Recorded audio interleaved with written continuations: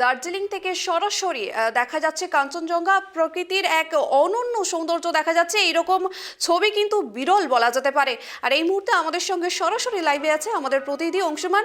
অংশুমান, এইরকম বিরলতম দৃশ্য তো খুব কমই দেখা যায়। তুমি আমাদের সঙ্গে একটু দেখাও যে কি, মানে দার্জিলিং এর সৌন্দর্য ঠিক কতটা সুন্দর। দৌড়ে আসে মূলত কাঞ্চনজঙ্ঘা এবং পাহাড়ের যে নৈসর্গিক যে সৌন্দর্য উপভোগ করে। আজকে রাজ্যের মুখ্যমন্ত্রী যখন দার্জিলিং এ রয়েছে এবং দার্জিলিং কিন্তু পর্যটক ভর্তি হয়ে রয়েছে, সেই সময় আজকে দেখা মিললে কিন্তু ঝকঝকে কাঞ্চনজঙ্ঘা, একদম যাকে বলা হয় একটা পাহাড়। স্লিপিং বুদ্ধকে আমার ক্যামেরা পার্সন সম্রাটকে একটু দেখানোর জন্য অনুরোধ করছি যে স্লিপিং বুদ্ধ যেভাবে দেখা যাচ্ছে তা সত্যি অপূর্ব, অসাধারণ। যে এই স্লিপিং বুদ্ধ দেখার জন্য পর্যটকরা কিন্তু ঘন্টার পর ঘন্টা ধরে দাঁড়িয়ে রয়েছে এবং তারা এখানকার সৌন্দর্য উপভোগ করছে। মূলত যত পর্যটক আসে আজকের দিনে যেন সেলফির যুগ, প্রত্যেকের হাতের মোবাইলের কিন্তু এই ছবি ক্যামেরা বন্দি করা চাই এবং প্রত্যেকেই সেটা বন্দি করেন। আমরা যেখানে দাঁড়িয়ে রয়েছি, অর্থাৎ এটা একদম দার্জিলিং এর চক বাজার মোড় থেকে।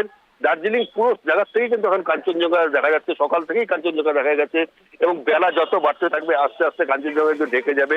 কিন্তু মানুষজন মেলের আশেপাশ অঞ্চলে, বিশেষ করে রাজভবনের পাশ থেকে কিন্তু লোকে ভিড় জমিয়েছে সকাল থেকেই শুধুমাত্র এই কাঞ্চনজঙ্ঘাটা দেখার জন্য। এবং আমরাও দেখতে পাচ্ছি এবং আমাদের এই টিভির পর্দায় যতজন দর্শক আছে আমরা কিন্তু সেই ছবিটা তুলে ধরছি যে আজকের বর্তমানে যে আমাদের দার্জিলিং এর যে সৌন্দর্য, সেই সৌন্দর্যটা কিন্তু আমরা এটা সরাসরি দেখাচ্ছি। এবং এই কাঞ্চনজঙ্ঘা শুধু কাঞ্চনজঙ্ঘা নয়, দার্জিলিং এর অন্যান্য বিশেষ যে আকর্ষণীয় জিনিসগুলো রয়েছে তার মধ্যে দার্জিলিং জু, যেখানে বিশেষত কয়েকটা জিনিস যেটা অন্য কোথাও পাওয়া যায় না। একটা হচ্ছে টিবেটিয়ান উল্ফ এবং অন্যটা হচ্ছে রেড পান্ডা। এই রেড পান্ডা টিবেটিয়ান উল্ফ দেখতে প্রচুর সংখ্যক পর্যটক এখানে আসে।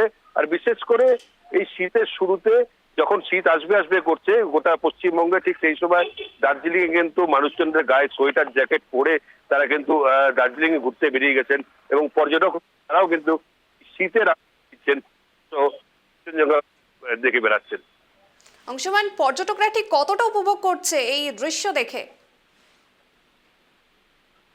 দেখো, এখন প্রচুর সংখ্যক পর্যটক রয়েছে। এখানকার তাপমাত্রা যদি বলা যায়, সেই ক্ষেত্রে তাপমাত্রার কথা কিন্তু 14 থেকে 15 ডিগ্রির আশেপাশে ঘোরাফেরা করছে এবং আমরা সেটাও ঘোরাফেরা করছে এবং আমরা মেলে যে যাওয়ার রাস্তা সেটাও দেখতে পাচ্ছি এখানে। এবং তোর সঙ্গে এটা জানিয়ে দিই যে একটা কথা কিন্তু বারবার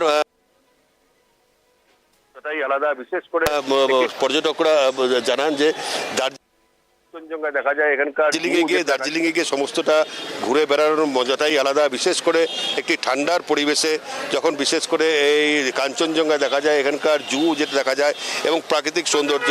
আর সব থেকে উল্লেখযোগ্য বিষয় যে দার্জিলিংয়ে আসেন মানুষে একটা সানরাইজ দেখতে, কিন্তু সানরাইজ দেখতে থেকে অনেক ভোরে উঠে তাদের সোজা ছুটে চলে যেতে হয় টাইগার হিলে। সেই টাইগার হিল থেকে সানরাইজ এবং কাঞ্চনজঙ্ঘা দেখা কিন্তু একটা অদ্ভুত ব্যাপার।